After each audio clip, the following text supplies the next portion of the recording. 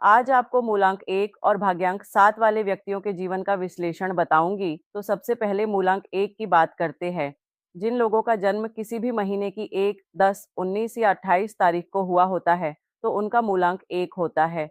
वहीं भाग्यांक 7 की बात करें तो जो संपूर्ण जन्म तिथि जैसे जन्म की तारीख, जन्म का महीना और जन्म का साल, तीनों के अंकों को जोड़ने पर यदि योगफल 7 आता है तो उस व्यक्ति का भाग्यांक 7 होगा। लर्न एंड क्योर की पूरी टीम की तरफ से मैं उमा आप सभी का इस डिजिटल प्लेटफॉर्म पर हार्दिक अभिनंदन करती हूँ और इस वीडियो को आगे बढ़ाते हुए बताती हूँ कि मूलांक 1 सूर्य का अंक होता है। सूर्य नेतृत्व, आत्मविश्वास और प्रभुत्व का प्रतीक है। ये लोग स्वाभाविक नेता होते हैं। ये आत्मनिर्भर, महत्वाकांक्षी और आत्मसम्मानी होते हैं। इनकी सोच बड़ी होती है और ये अपने क्षेत्र में अग्रणी बनना पसंद करते हैं। वहीं पर भाग्यांक 7 केतु ग्रह से संबंधित होता है।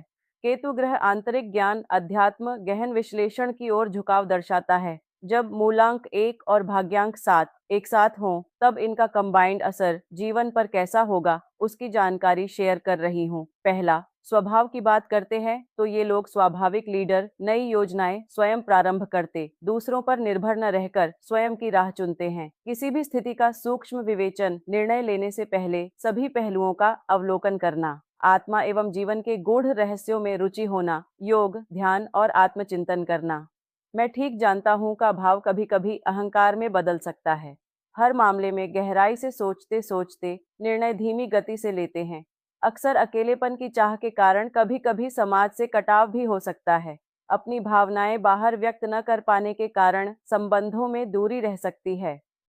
दूसरा, करियर और पेशेवर जीवन की बात करें तो नेतृत्व संबंधी पद जैसे प्रबंधक और उद्यमी, इसके अलावा शोध और विश्लेषण के क्षेत्र, आध्यात्मिक शिक्षा जैसे वैज्ञानिक अनुसंधान, गणित, भौतिकी और योगाचार्य बन सकते हैं। आगे बात करें तो तकनीकी क्षेत्र जैसे स्टार्टअप और टेक्नोलॉजी लीडर के फील्ड में अच्छा करते हैं। इनकी सफलता की कुंजी है अपनी कल्पना शक्ति को कार्य में लगाएं, सहकर्मियों के विचारों को भी आत्मसात करें, अति आत्मविश्वास से बचें, वित्तीय योजनाओं में गहन विश्लेषण पर ध्यान दें। तीसरा है प्रेम और वैवाहिक जीवन। ये एकांत प्रिय मगर वफादार साथी होते हैं, संवाद में स्पष्ट रहते हैं, अपनी भावनाओं को व्यक्त करते हैं, अपने जीवन साथी को भी उनकी स्वतंत्रता और आत्मनिरीक्षण को सम्मान देते हैं। कभी कभी सहानुभूति जताने में चूक न हो, यथोचित भावनात्मक जुड़ाव का ख्याल रखते हैं। चौथा है जीवन की चुनौतियां। आपका नेतृत्व स्वभाव जो सूर्य की वजह से सक्रियता चाहता है, जबकि आत्मनिरीक्षण की प्रवृत्ति जो केतु की वजह से आपको पीछे हटने पर मजबूर कर देती है, जिससे अक्सर आप आत्मविश्वासी निर्णय लेने के बाद खुद को अकेलेपन में पाते हैं और दूसरों तक अपनी सोच भावनाएं पहुंचाना कठिन हो जाता है। इससे बचने के लिए आपको अपने विचारों को लिखकर व्यक्त करें, छोटे मोटे समूहों में अपनी बात साझा करने का अभ्यास करें।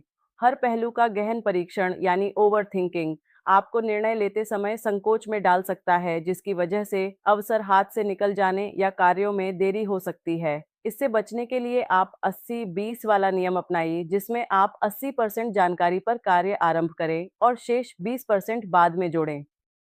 अपने आत्मविश्वास को कभी कभी अहंकार में परिवर्तित कर लेना और मन में मैं अकेले सब ठीक कर लूंगा की सोच से अपना कार्यभार बढ़ा लेते हैं और संबंधों में भी दूरी आ जाती है। इसके लिए आप नियमित रूप से टीम मीटिंग, मित्रों या परिवार से भावनात्मक संवाद रखें।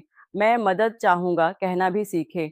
गहरी सोच में खोए खोए रहना, सामने वाले की भावनाओं को पहचानना भूल जाना, निजी संबंधों में साथी को अनदेखा करना या भावनात्मक दूरी बनाना, इसके लिए आपको सक्रिय सुनवाई का अभ्यास करें। साथी से बोलते समय आंखों में देखें, फिर प्रतिक्रिया दें। नेतृत्व की जिम्मेदारियां और मनन चिंतन दोनों को पूरा करने की आदत शरीर दिमाग पर भारी हो सकती है, जिसके परिणाम थकान, नींद न पूरी होना, मनोबल गिरना जैसी समस्या हो सकती है। पांचवा है भाग्य और सफलता। इन व्यक्तियों को अपनी किस्मत पर पूरा भरोसा हो सकता है, परंतु केवल भाग्य पर निर्भरता कैरियर व संबंधों में स्थिर सफलता नहीं दे पाती। गहन विश्लेषण की प्रवृत्ति आपको अधिक दूरदर्शी बनाती है। आत्मनिरीक्षण से नए विचार उत्पन्न होते हैं। सफलता धीरे धीरे आती है, पर अकेले काम करने की आदत कभी कभी अवसरों को सीमित कर देती है। मूलांक 1 और भाग्यांक 7 वाले व्यक्ति के लिए भाग्य और सफलता प्राप्त करना एक संयमित, जागरूक और रणनीतिक प्रक्रिया है। कर्म पर फोकस करते हुए अपने आत्मविश्लेषण व आध्यात्मिक अभ्यासों को निरंतर बनाए रखें और भाग्य आपके साथ कदम से कदम मिलाकर चलेगा। छठा है स्वास्थ्य संबंधी संभावित समस्याएं। तो इन्हें हृदय संबंधित समस्याएं, ब्लड प्रेशर, अधिक सोचने की वजह से तनाव व माइग्रेन, त्वचा एलर्जी जैसे रैशेज, बेचैनी और नींद न आना जैसी समस्या और आंतों की गड़बड़ी एवं एसिडिटी हो सकती है। इनसे बचने के उपाय हैं, रोज सूर्य नमस्कार और प्राणायाम करें। अपने शरीर की गर्मी संतुलित करने के लिए सुबह सुबह गुनगुना जल पिएं। रविवार को सूर्य को जल अर्पण करें, इससे ऊर्जा संतुलित होती है। अधिक से अधिक जल का सेवन करें तथा तले भुने व तीखे भोजन से बचें। मौसमी फल, सलाद और छाछ को भोजन में शामिल करें। आप सूर्य मंत्र ओम घृणिः सूर्याय नमः और केतु मंत्र ओम केम केतवे नमः का जाप रोजाना करें। इन लोगों का स्वास्थ्य अच्छा रह सकता है यदि वे ऊर्जा संतुलन बना के रखें। यदि आप नियमित ध्यान, संयमित खानपान और आत्मनिरीक्षण को अपनाते हैं तो दीर्घकालिक स्वास्थ्य और मानसिक संतुलन प्राप्त करना सहज भी है और संभव भी है। और सातवां और आखिरी है आध्यात्मिक दृष्टिकोण। तो यह व्यक्ति जीवन के गहरे अर्थ को समझना चाहता है, भौतिक चीजों से जल्दी ऊब सकता है, ध्यान, साधना, मौन और अकेले समय बिताना पसंद करता है। आपकी आध्यात्मिक यात्रा में गुरु यानी आध्यात्मिक मार्गदर्शक बहुत जरूरी है। गुरु ही आपको सही दिशा दिखा सकते हैं। बिना मार्गदर्शन के सोच में उलझ सकते हैं। आपका जन्म सिर्फ पैसा कमाने या काम करने के लिए नहीं हुआ है। आपका असली उद्देश्य है दूसरों को दिशा देना, सच्चाई की खोज करना और आत्मिक शांति पाना। मूलांक 1 और भाग्यांक 7 वाले लोग आत्मविश्वासी होते हैं, सोचने और ध्यान करने वाले होते हैं। अगर ध्यान, साधना और गुरु का मार्गदर्शन मिल जाए तो ये लोग बहुत ऊंचाई पर पहुंच सकते हैं। ये जानकारी है उन लोगों की जिनका मूलांक 1 और भाग्यांक 7 है। जिन लोगों ने इससे रिलेट किया है वो अपने कमेंट्स कमेंट बॉक्स में दे सकते हैं।